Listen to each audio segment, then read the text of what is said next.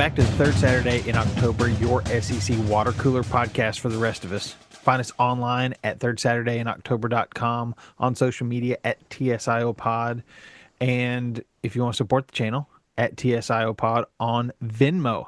I'm Bradley, sporting a Belmont sweatshirt today, mainly just because that's what I grabbed off the floor this morning. But they're one of my two teams that did win. I'm here with co-caster Jared, whose number one team, did win on Saturday. How are you, Jared? I am great. There were some notable matchups this last week, which I'm Yeah. sure we'll get to. But to say that an SEC basketball game recently, at least in recent history, has been as exciting as the one I watched Saturday, at least in the ending and in my favor, I would put Tennessee and Auburn up probably at the top. Yeah. So, It but yeah, phenomenal. yeah, And we'll get into that in just a second. I'm going to run through the SEC standings and kind of results from the last week. So, number one in the SEC, number one overall, Auburn with a win against Tennessee on Saturday. Alabama sitting at number two with two wins last week against Vandy and LSU. Florida, who is shown themselves to be quite strong early in season two, sitting at number three with wins against USC and UGA. Missouri with a win Saturday against Ole Miss. Tennessee gets a win against Mississippi State, much needed win in yeah. preparation for the game against Auburn, but fell short to Auburn. Mississippi State, again, the loss to Tennessee, and a win Saturday against South Carolina. Vanderbilt lost to Alabama, but then beats Kentucky. And Vanderbilt's already shown that they can upset some teams, both in football and in basketball. Yeah, and in basketball. Yep. So look out for Vanderbilt. Ole Miss on a three-game losing streak, losing this last week to Texas A&M and Missouri. A&M gets a win against Ole Miss and then a loss to Texas. That Yeah, that was a good game too. that was an Yeah. exciting game as well. Kentucky loses to Vanderbilt Saturday. Texas gets a win on Saturday against A&M. Oklahoma got a win against Arkansas. Arkansas having a rough go in Calipari's first year, but I don't expect it to take too long. I'm interested to see how that develops in the next couple of years because Arkansas, Fayetteville is in the northwest corner of Arkansas. It's not easy to get to, not exactly the most attractive place to go, but Where? where? Fayetteville? Yeah. Our Fayetteville's nice. I mean, it's not Is it exactly a not? destination town. Okay. Oh, I heard it was. I heard it was nice. I've never been. I've always wanted to go. So, I've been once. Went to an indoor track meet. well, I remember you mentioned that. Yeah. It's pretty exciting. Those indoor track. Well, that was a while back though. I think maybe it's getting better. So, I'd hope so. yeah. That was, geez, almost 20 years ago. We're not going to Yeah, talk about I'm how gonna long give ago them it was. some love. 20 years. I think they might have made one or two changes that have been for the better. Oh, yeah. Yeah. Then Georgia, on a four-game losing streak, continuing at this last week. Two of those losses came against Arkansas and Florida. LSU lost to Alabama on Saturday. Arkansas did get a win against Georgia and then lost to Oklahoma Saturday. And finally, South Carolina on a seven-game losing streak. I mean, they were doing really well out of conference, and then once conference play started, I mean, it's a tough conference this year. Yeah. Lost to Florida and Mississippi State, so quite a few things happened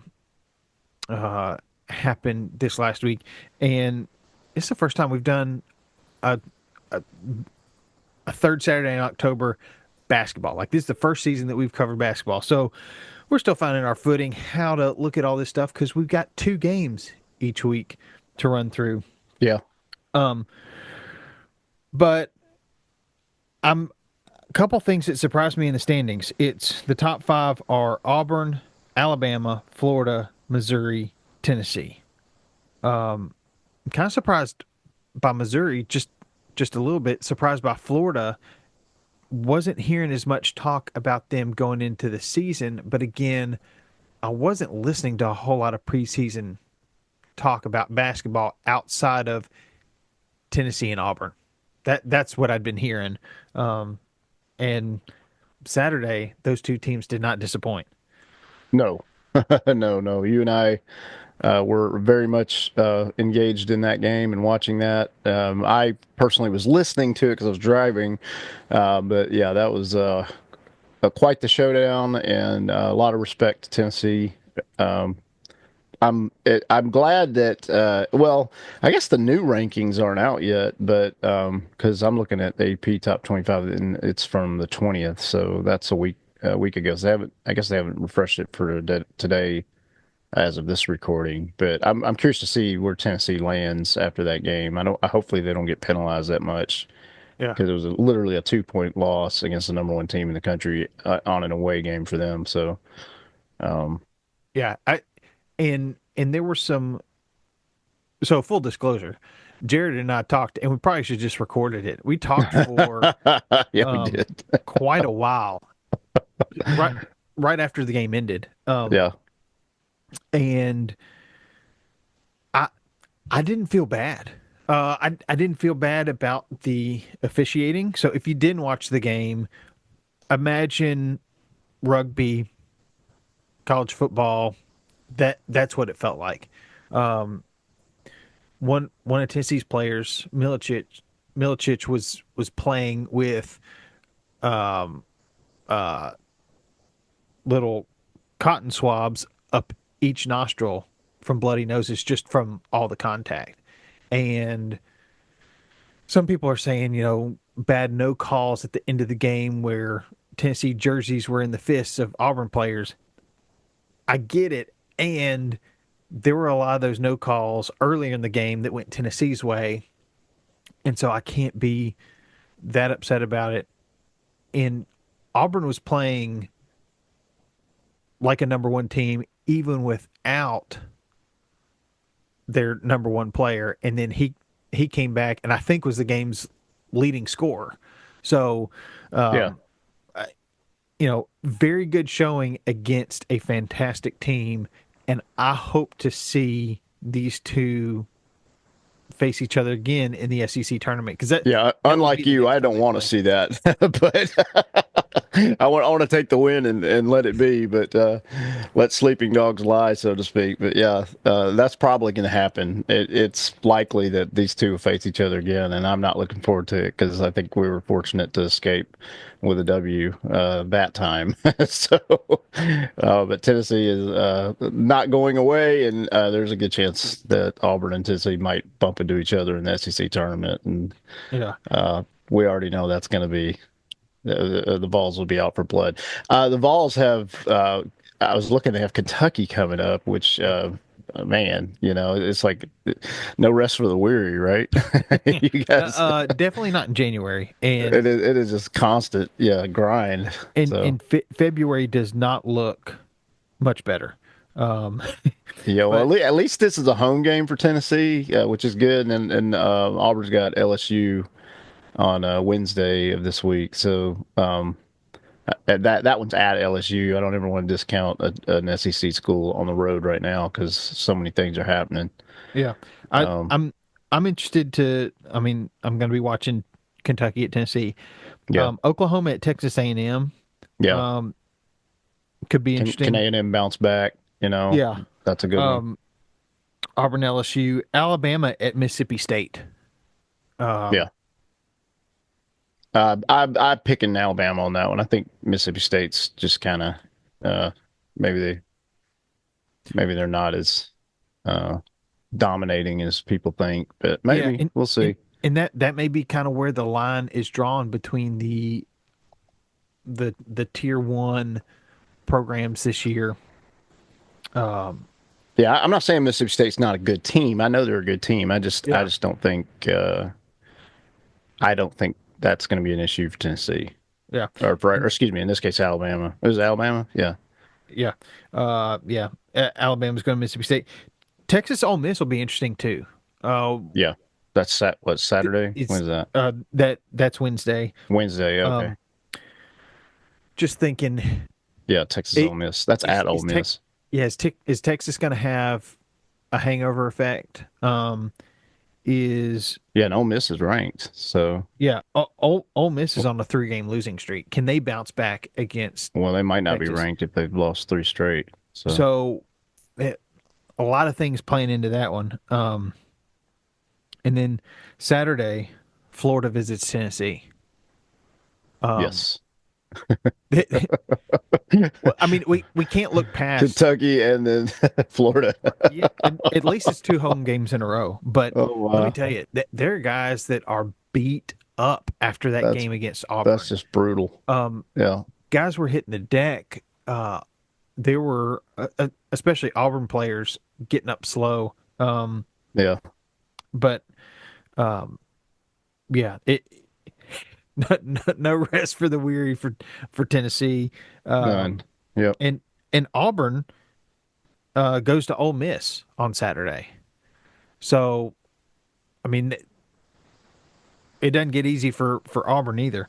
Um, Missouri Mississippi State is another top 25 matchup on Saturday. Vanderbilt at Oklahoma. I mean, I think Vanderbilt needs to go in there and get a win. I think they're good enough to do that. Georgia at Alabama, that could get ugly. Texas at LSU, A&M at South Carolina, Arkansas at Kentucky. That's fun. Arkansas, Kentucky. Yeah. I'm picking Calipari going Kentucky. back for the first time. Yep. So, I mean, there's a lot of stuff that just happened. There's a lot of stuff happening. This might be one of the best weekends, just top to bottom, this next Saturday of college basketball in the SEC. Agreed. Um, I, phew, but man, that game, it was so frustrating to watch. Going back to Tennessee Auburn, frustrating to watch if you're a fan of offense, because I believe it was 22-20 at halftime, and may have been the lowest scoring for each team going in. And these are two teams that can score points, but also have fantastic uh, defensive strategies. Um, and these are two Hall of Fame coaches. Bruce Pearl is now the winningest coach at Auburn. I think we mentioned that last week. Rick Barnes is 13 wins away from tying Calipari as the winningest active D1 basketball coach. May not happen this year, but it could happen next year. Uh, and It is going to happen. Yep. yeah, the way, and I mean, unless he just up and retires, which I don't expect, um, the the way that he's building this Tennessee program, I I will say the thing that worries me the most is Tennessee's got 8, 9 players. I mean that's it. They don't have 10 players right now. They had one player just leave the team in December. Weird. I still don't understand what happened there. And Estrella got hurt and is out for the season. So depth definitely an issue, which could cause problems come SEC tournament and or March tournament. But I mean the way that their top 8, top 9 are playing, it's pretty impressive. Yeah. So It's awesome. um and Texas A&M in Texas. Uh I'm trying to remember exactly how that went down because I've got to pull up the scoring summary. because Texas held on to win 70-69. Or I'm sorry, they came back. They were down 6 with a minute 46 to go, and then I, I believe it was a last shot effort that won it for Texas. But these are two schools that hate each other. A&M always being positioned as Texas' little brother. I mean, this is the the Big 12's version of kind of the hatred between Alabama and Auburn. Two schools that are fighting for funds, students, championships, everything. And it's it's crazy thinking about those two teams being back in the same conference and that conference being the SEC. Yep. So I don't know that if you need to go back and rewatch two games, it's Texas A&M, Texas, and then go watch Tennessee at Auburn. Yeah, for sure. Uh, At least watch the highlights, man. yeah. Uh, Good stuff. I because we can't get too far away from football. Just I'll just bring kind of an update from Tennessee. We got 4 players coming in from the portal. We got Mhm. 23 early enrollees. Only four? I thought it'd be more. Only 4 at the moment. No, the spring portal opened up. Maybe add a few. And somebody made the comment that Heupel has done a good job of bringing in portal players that contribute right away. Right. We've got a couple Well, tight that's ends. almost what the portal's for, though. I mean, Yeah, it's not really. yeah, It's and typically, hey, this person's going to come in and contribute pretty quick.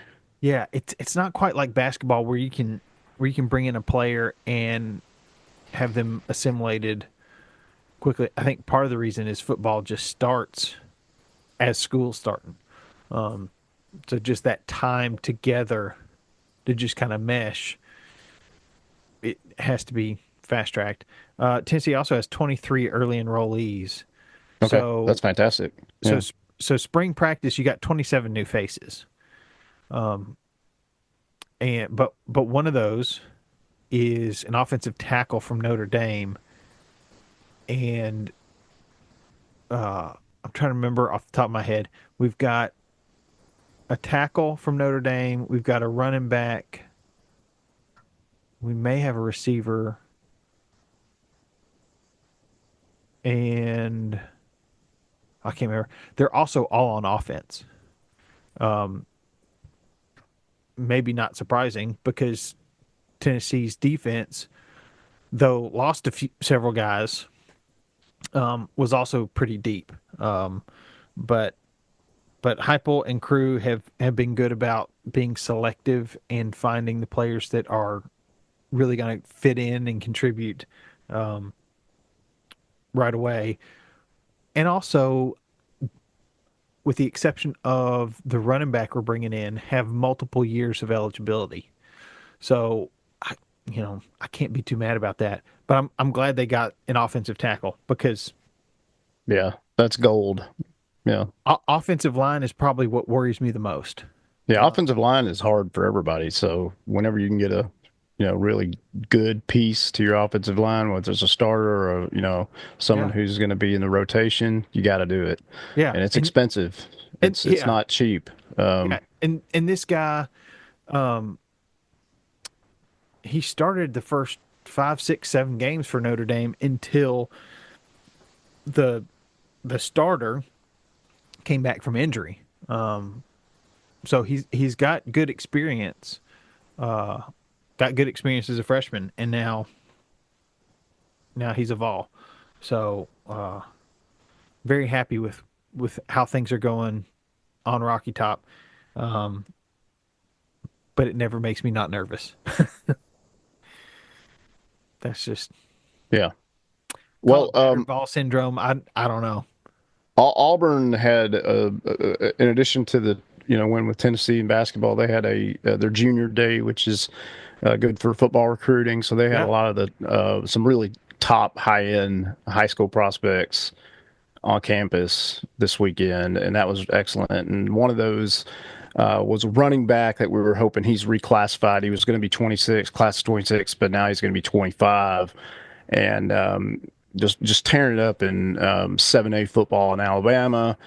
Not on everybody's radar, but he did get some good offers from some other schools like North Carolina and Vanderbilt. But yeah, his name's Omar Mabson, and the guy's he's 5'9", he's 210 pounds. Again, if you can dominate in 7A football in Alabama, you could probably hang. yeah. When it's your time in Division I football. So especially I mean, because Alabama is kind of not the top state obviously in football, but it's still really good. So there's a lot of good players Really, that come really from good. Yeah, Alabama. So being able to be able to dominate it in that level of high school football, that should set this kid up eventually at Auburn. But he's committed, and signing day for the spring is not, as of this recording, not this week, but the following week. So it's coming up in a week and a half. But that's a guy that we were hoping, to land.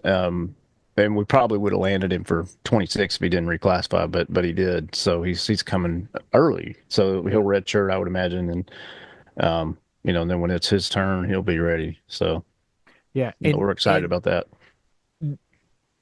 And guys like this, I don't know if he would have gone to Alabama had Saban still been there, but Saban had a lock on the best players and kind of his pick of the litter Oh, of players absolutely, from yeah, Alabama.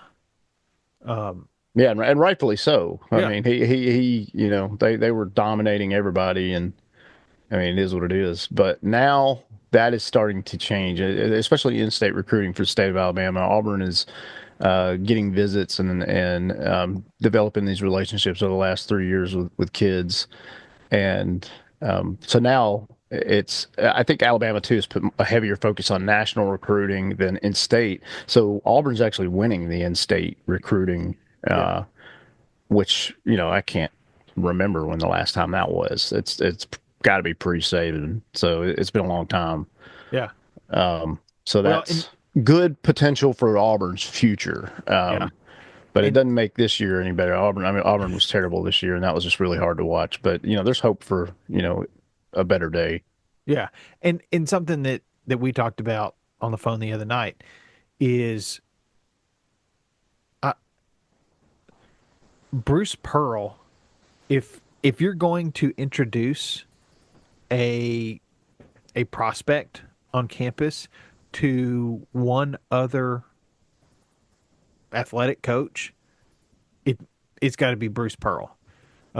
There's nobody who embodies school spirit, is just a magnetic personality.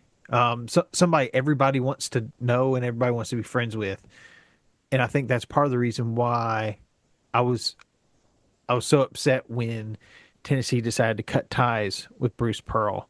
Um, it sounds like, you know, you don't find other guys like him showing up to other sporting events, um, being that face in the crowd that everybody's like, okay, whatever team's on the court on the field, that's cool, but here's Coach Pearl.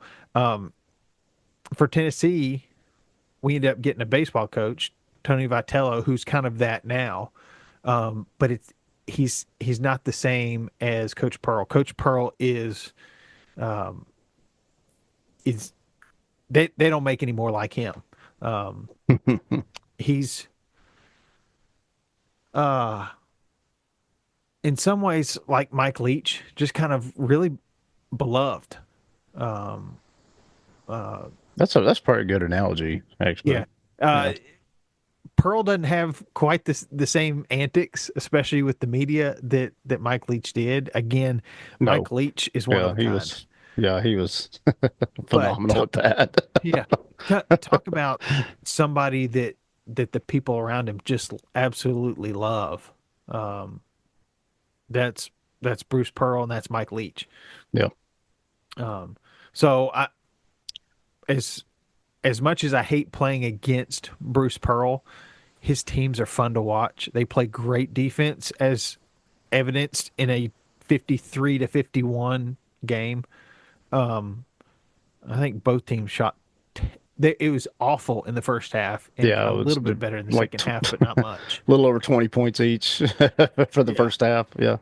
Um, Oh, I but just saw I refreshed the rankings, and Tennessee unfortunately dropped two. They're at eight. I don't agree with that, but um, and so this is something that I've always had issue with in football, in basketball, in any sport. If the higher ranked team wins, why is the lower ranked team penalized? I well, mean, if it's a blowout, maybe, but this was definitely yeah, not a blowout. This was a 2 point loss on an away court, so yeah, against the number one team in the country, and Tennessee went from ranked six to eight. You're still in the top 10, and rightfully yeah. so. But that I think I personally think Tennessee's probably better than a couple of these teams that are ahead of them, but Well, there's no way to completely know. No, we'll see when you play some of these SEC schools again. And you got Florida coming up; they're ranked five, so that would be a gain if, assuming you win against Florida. Um, which yeah, I was gonna say you want to after throw what people happened in the off. last Florida game, I'm sure Tennessee's going to take some names Yeah, in this one. yeah, So that one's circled in UT Orange Ink. You, absolutely, you yeah. know, you've got a perfect opportunity to prove to everyone why you did not deserve to drop two spots, and that's taking on Florida. I'm sorry, taking on Kentucky and then taking on Florida. Um, you've got two golden opportunities to prove yourself, and I want to see it because they did not show up against Florida in that first game. Um, I didn't get to watch the Vanderbilt game uh, much at all. Vanderbilt is ranked; they are 24. Yeah, So yeah, they're a good team, and yeah. in Memorial Gym is a tough place to play. Mhm. The floor is raised up, so it's like a stage because when you are sitting on the first row, Jared, we've got to go to one of these games. I grew You're up looking going up. to going to Memorial Gym. It was I've got memories of walking with my dad the 3 blocks, 4 blocks, whatever it was, riding on his shoulders to go to Vanderbilt basketball games. And the first row, like you're sitting at floor level, like your eyes are at floor level, and it's very interesting. So just the way the crowd feels when you're playing feels different. The viewing experience is different as well, but it's also pretty fun. And so we got to get you to one of those games. Well, Um, I'd love to. Yeah, yeah, that'd be fun. but And who's to say you and I aren't at? I don't. I guess the game's not at Memorial, but the SEC tournament that's in Nashville, right? yeah, And yeah, is at the I'm assuming that's Bridgestone. at the arena where the the hockey team plays. Is that Yep, home of the Nashville Predators. Nashville Uh, Predators? There you go. I was at that first game, by the way. It's funny. It holds uh, either 16 or 18,000 somewhere in there, Yeah, it's a decent arena, right? and there are about 50,000 people that say they were at the first game. But I yeah, was there, man. I've I've Yeah. I've got the ticket. I've got the ticket somewhere. Um, and here's how I can prove it. I was at the first Nashville Preds game in that arena. It was a commemorative ticket that opened up, and it was really cool. Man, I've got to find that somewhere. But I we were way up in the nosebleeds, I believe, and we ended up having to go home because the chanting from the crowd, the language used in the crowd was so filthy. My dad was like, I can't expose my kids to this any longer. Um, but uh, Yeah, I get it.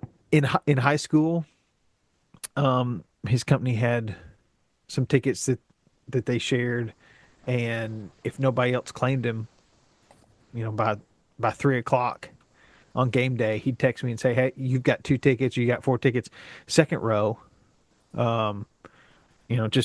Just off the glass." And so I'd find a couple buddies and we'd go see a hockey game. It was awesome. We were no good, but it was fun nonetheless. So Off topic, but I'm just curious. I've heard rumors that Nashville could be considered in the future for like a Major League Baseball franchise. Do you think yeah. that would ever be likely? What's interesting is we've got a minor league team. It's AAA. It's Was currently it the Sounders or I the forget the the name? Nashville Sounds. Yeah. Nashville Sound. Okay, They just got a new that's kind of stadium a a cool few name. years ago. It's fantastic. Yeah, it's a nice ballpark. I've not been inside it, but Yeah. I've been to a little bar brewery there right next to it, Yeah. and it's Yeah. nice. Um, and they've got if you do find yourself at a Nashville Sounds game, there's something called the bandbox in right field.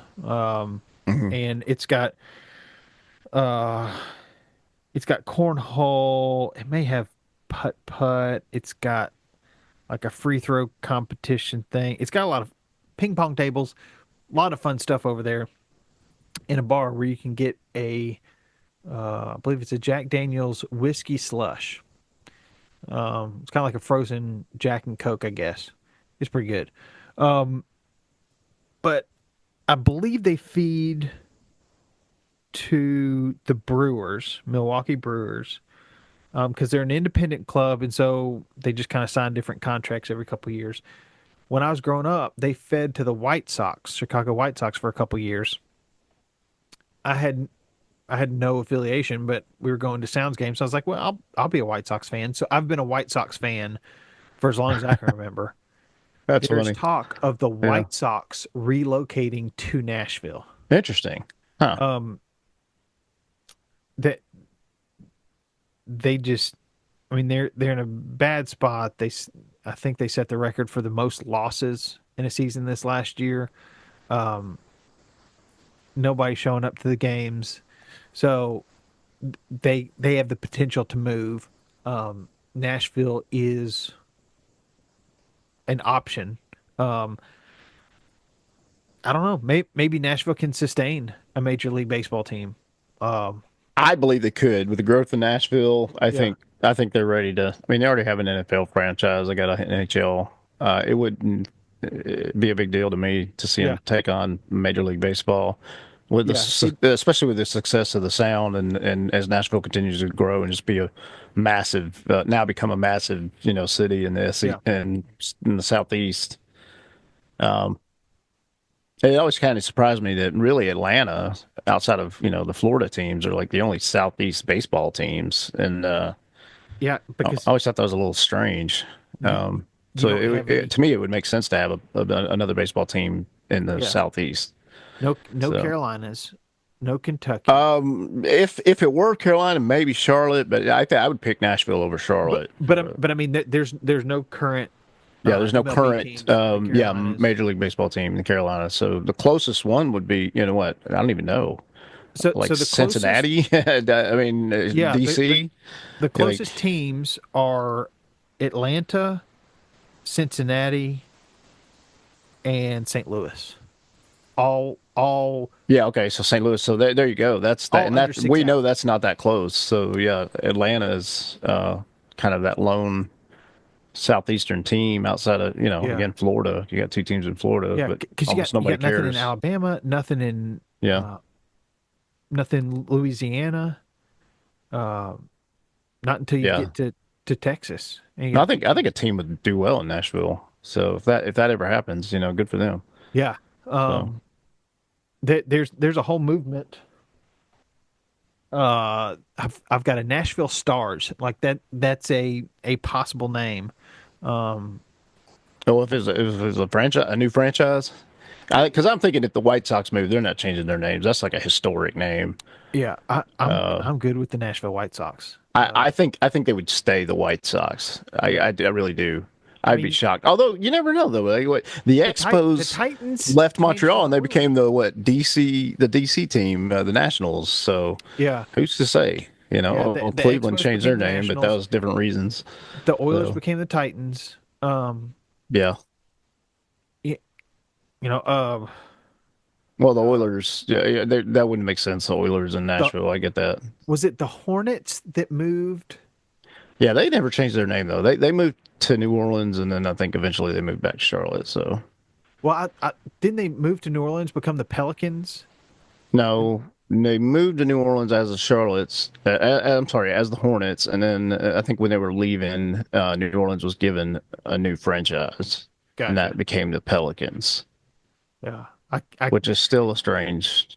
basketball name. All, teams moving, it Yeah. gets wonky. But yeah, I wouldn't mind an MLB team. You know So how like hockey, they have the St. Louis Blues. Like I would think like a basketball team in New Orleans would be like the Blues. yeah, That'd be a cool name yeah. The rather than the Pelicans Pelicans. don't exactly strike fear. That's just a strange name to me, but I maybe mean, not. I don't know. volunteers don't exactly strike fear in people either. But Well, I guess yeah. Volunteers. What's the story behind that? I've never looked it up. yeah, so I'm sure it's historic. uh, I think it goes back. There were several wars. The Alamo, Battle for the Alamo being one. Um, Daniel Boone. Hmm. Uh, uh, I can't remember if Daniel Boone led the volunteer army, but it was a nod to the volunteer army out of Tennessee that helped out, especially in the Southwest back in yesteryear. But that's where they drew on that history, and they picked orange from the orange daisies growing on the hill. So Love it. that's where you get volunteers and bright orange. Yep, and it has withstood the test of time. Yeah. So So, good stuff. well, Jared, a lot of basketball coming up this next week. So we'll see how things shake out over the next 7 days. Um, and we're always going to keep our fingers on the pulse of college football as well. Yeah, well, I think there's only 31 more Saturdays Oh, till, till well, college football. So that's a month of Saturdays. We can make yeah, no, this. we got I mean, this. Yeah, we can hang piece of on. cake, easy. So, well, Jared, thank you again. Congratulations. Yes, Your number one team escapes I am enjoying this basketball season. as you should. Because mainly because Auburn's winning. But yeah, it's fun, and I'm gonna enjoy it while it lasts. Oh So yeah, awesome. Well, if you want to join us, share your comments. Podcast at Third Saturday in October. Find us online at thirdsaturday.october.com. You can also call us fourth Saturday in January. I mean, that's yeah, when Tennessee and Auburn clashed this year. yep, But find us online at thirdsaturday.october.com, on social media at TSIO Pod, and on Venmo. If you want to send us a bag of popcorn, some yeah, nachos. I love that. It's awful, but the nachos you get at basketball games, at football games, I yeah. don't know what that thing is that's pretending to be cheese, and the chips are always stale, but it's delicious. All of a sudden, yeah, you find it in your heart to just kill it because Yeah, it's yeah, drink a lot of water because it's salty as all get out. yeah. If you want to send us that, find us on Venmo at TSIO Pod. I'm Bradley, signing off with Heroes Come in All Sizes and Roll Vols. And of Jared? course, War Eagle from your number one ranked men's basketball team in the country who pulled out a 2-point win over Tennessee. Yes, sir. Congratulations. Tailgate, man cave, living room, pregame. Pre-game, Scotch and a lot of IPA, Coca-Cola, pre